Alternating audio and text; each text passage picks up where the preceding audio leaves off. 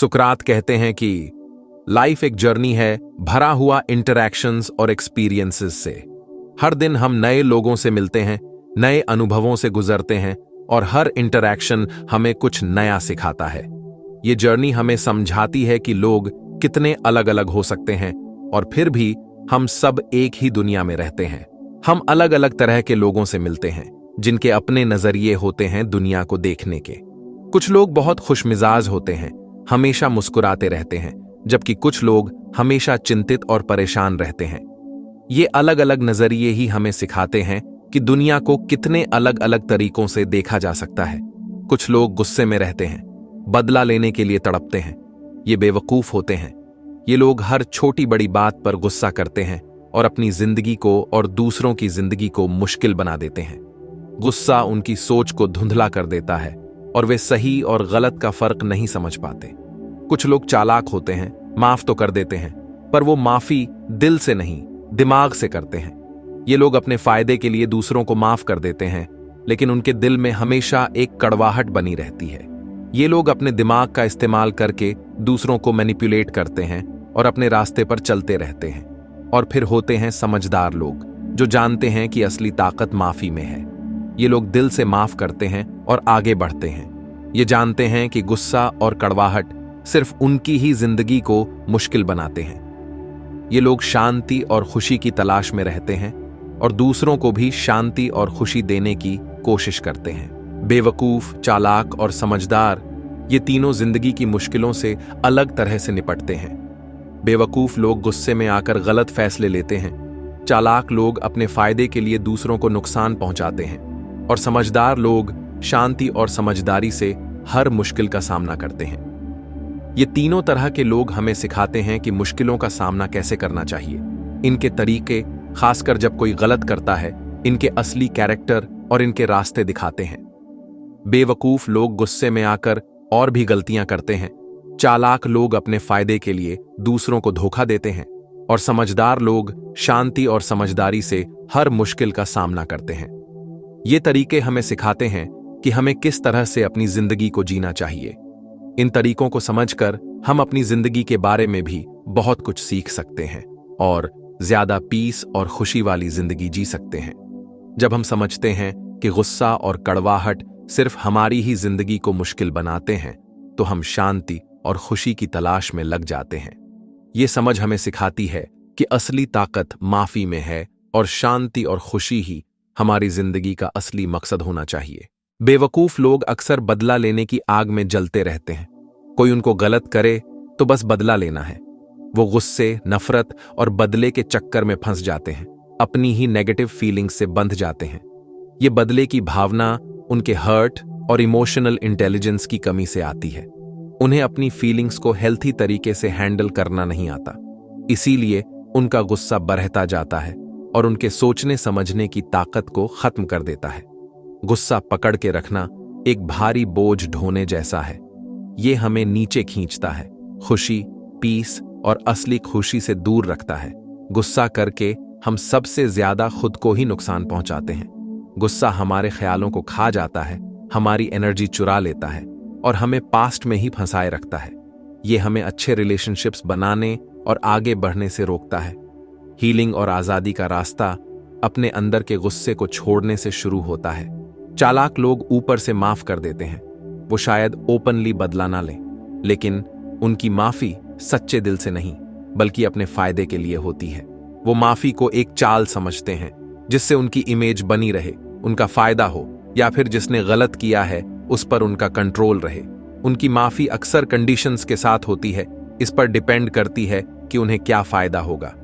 इसमें सच्ची माफी जैसी गहराई नहीं होती। चालाक लोग जुबान से माफ कर सकते हैं, लेकिन उनके दिल में नफरत और कड़वाहट रहती है। ये लोग अक्सर अपने शब्दों का इस्तेमाल करते हैं, लेकिन उनके दिल की गहराइयों में एक अलग ही कहानी चल रही होती है। उनके चेहरे पर मुस्कान हो सकती है, लेकिन उनकी आंखों में सच्चाई की कमी होती है। वो अपनी माफी को मैनिपुलेशन के लिए यूज कर सकते हैं, सामने वाले को नीचा दिखाने के लिए या अपना कंट्रोल बनाए रखने के लिए।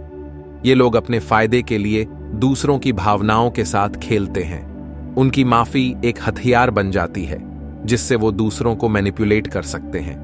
उनकी माफी एक सोचा समझा डिसीजन होता है, दिल से नहीं।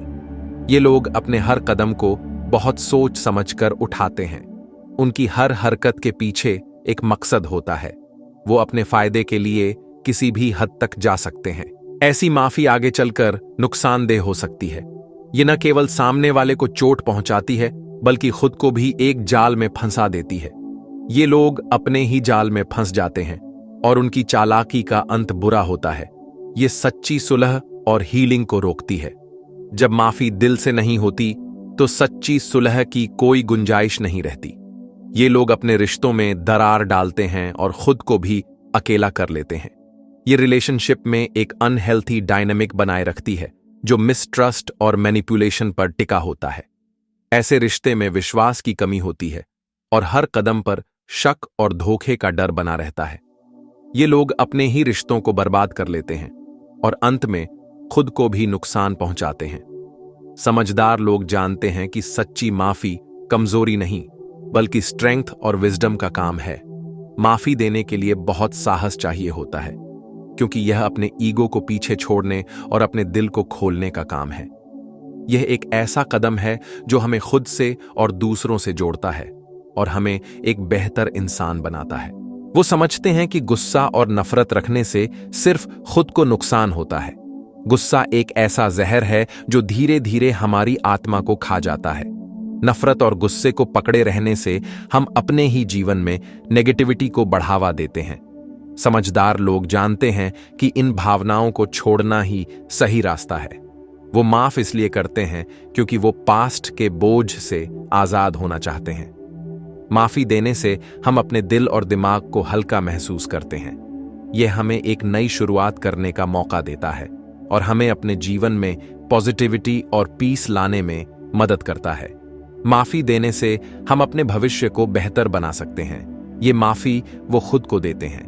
खुद को माफ करना सबसे मुश्किल होता है, लेकिन यह सबसे जरूरी भी है। जब हम खुद को माफ करते हैं तो हम अपने अंदर की नेगेटिविटी को छोड़ते हैं और अपने आप को एक्सेप्ट करते हैं। यह सेल्फ लव और सेल्फ एक्सेप्टेंस का सबसे बड़ा कदम है। यह माफी बिना किसी कंडीशन के होती है, बिना कुछ एक्सपेक्टेड करे। सच्ची माफी अनकंडीशनल होती है। यह किसी बदले की उम्मीद के बिना दी जाती है। यह एक ऐसा गिफ्ट है जो हम खुद को और दूसरों को देते हैं। यह हमें इनर पीस और हैप्पीनेस की ओर ले जाती है। यह गुस्से और दर्द को छोड़ने का कॉन्शियस डिसीजन होता है।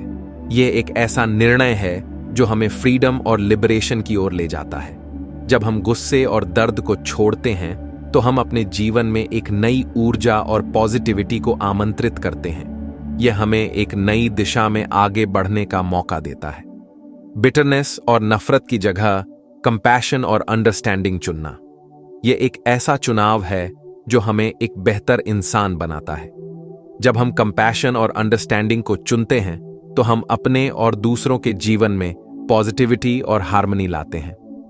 यह हमें एक दूसरे के करीब लाता है और हमें एक यूनाइटेड और पीसफुल कम्युनिटी बनाने में मदद करता है। सच्ची माफी आजादी दिलाती है। यह हमें पास्ट की बेड़ियों से मुक्त करती है, हमें पीस और पर्पस के साथ आगे बढ़ने देती है। जब हम गुस्सा और नफरत छोड़ते हैं तो हीलिंग, ग्रोथ और पॉजिटिव बदलाव के लिए जगह बनती है। माफ करने का मतलब ये नहीं कि हम गलती को भूल जाएं या उसे सही मान लें। इसका मतलब है कि हम उस एक्सपीरियंस से जुड़ी नेगेटिव फीलिंग्स को छोड़ दें और अपनी जिंदगी में आगे बढ़ें। हम सब में गुस्सा और माफी दोनों हैं। चॉइस हमारी है। क्या हम अपनी फीलिंग्स के गुलाम बनेंगे या विजडम का रास्ता चुनेंगे? क्या हम गुस्से और नफरत को अपनी जिंदगी पर राज करने देंगे या माफी का रास्ता चुनेंगे? विजडम का रास्ता आसान नहीं होता। इसके लिए करेज, कंपैशन और खुद को समझने की जरूरत होती है, लेकिन इसका फल बहुत मीठा होता है। माफी का मतलब गलती को सही मानना नहीं है, बल्कि समझना है। यह समझना है कि हर कोई गलती करता है। हम सबकी अपनी स्ट्रगल्स और चैलेंजेस हैं।